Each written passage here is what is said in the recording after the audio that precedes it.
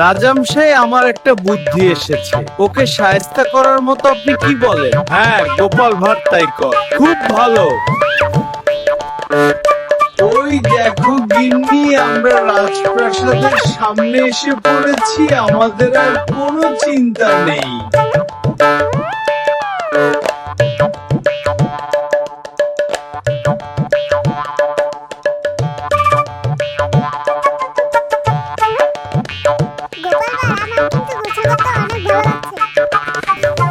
এই মন্ত্রী, ব্যাপারটা চুপাতে পারো। কি করছো তোমরা? মজা লাগছে। আবার করি না পাস। ইস, রাজপ্রাসাদে আজকেও যেতে দেরি হয়ে গেল। মন্ত্রী হয়তো বা এতক্ষণ অনেক কথা বলে ফেলেছে আমার নামে। গিন্নি, আজকে তো আমরা অনেক মজা করে গোসল করবো দুজনে।